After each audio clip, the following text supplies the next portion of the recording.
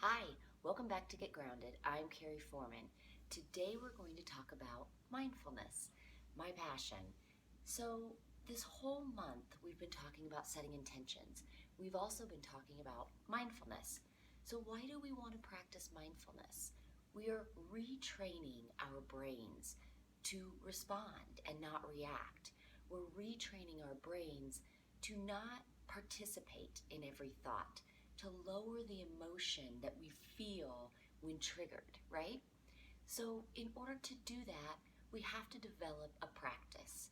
And today I'm going to help show you how to start developing a practice. Now, I've mentioned several times that mindfulness does not have to be added in to your day. It doesn't have to be time set aside. It can just be a part of your everyday life. You can do it while doing dishes. You can do it while drinking a glass of water, while eating, while driving. A million different ways to practice mindfulness. But the best way is to kind of create a self-care routine out of it. Take 10 to 15 minutes a day to start with that you can use to practice mindfulness. And first, what I want you guys to do is start to look for that 10 to 15 minutes.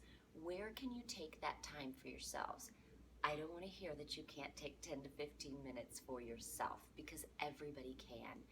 You can do it before you go to work, before your kids get up. You could get up 15 minutes earlier, which is what I do. You can do it before bed, once everybody goes to bed. You can do it when you get to work. If you have an office, shut the door. Take 15 minutes for yourself. But I need you to carve out 10 to 15 minutes every day where you are comfortable, you can have some silence, and you can create an experience for yourself. Next, we're going to create the experience. Once you have figured out, okay, I'm going to take 15 minutes at the beginning of the day, at the end of the day, or when I get to work, now we're going to create what that space looks like. And believe it or not, it's important. I have a little meditation pillow here, which I love. It's comfortable.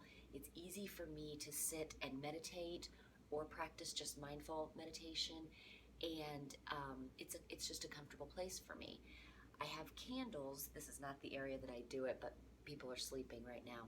So I have candles set up around where I practice. And it's a soft lighting candle set. Sometimes I have some soft music playing, but I would suggest to begin that you don't have any sound.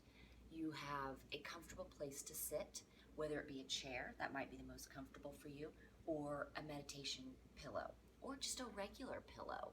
You can also sit on the floor, but make your environment inviting, comforting, have a good smell, whether it be scentsy wax or a candle or incense, whatever you like.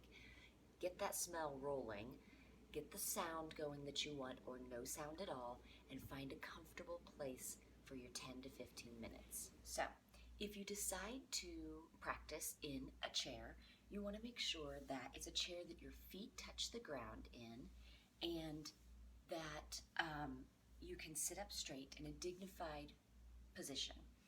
And I want you to sit so that your back is not touching the chair and you're in an intentional position. Your spine is straight, your neck is elongated, your shoulders are back, and your palms are open. I'm going to assume a beginner's position with all of you. So we're not going to talk about mudras and how to touch your fingers. We're just going to have open palms.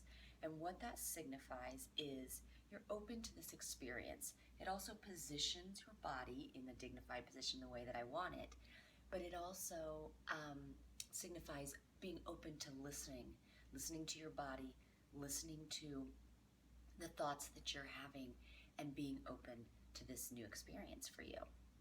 Next, if you decide to sit on the ground, or if you have a meditation pillow, you're going to sit with your legs crossed, crisscross applesauce, remember that? So I'm not going to go to lotus position because, again, I'm assuming that we're all beginners here. So we're going to sit with our legs just in crisscross applesauce. We're going to have our palms open, and we're still going to be in a dignified position, holding your spine straight, your neck elongated, and your shoulders back for this practice.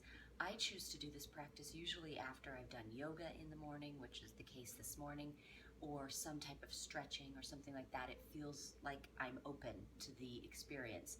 So that's when I choose to do mine.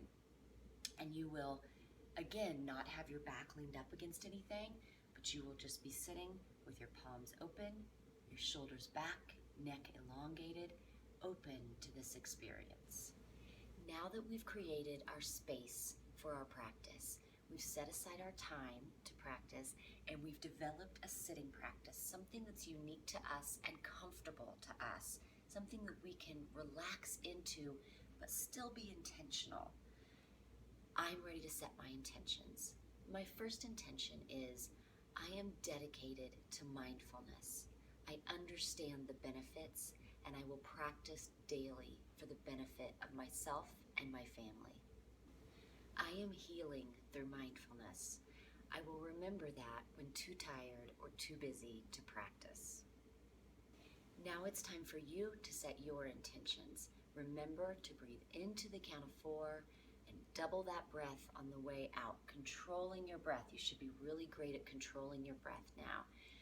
This weekend, we are going to focus on mindfulness exercises so we can bring everything we've been talking about this month to fruition.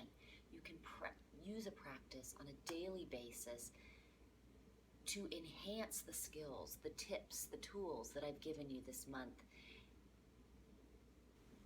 I'll see you guys tomorrow on another day of Get Grounded. Thanks.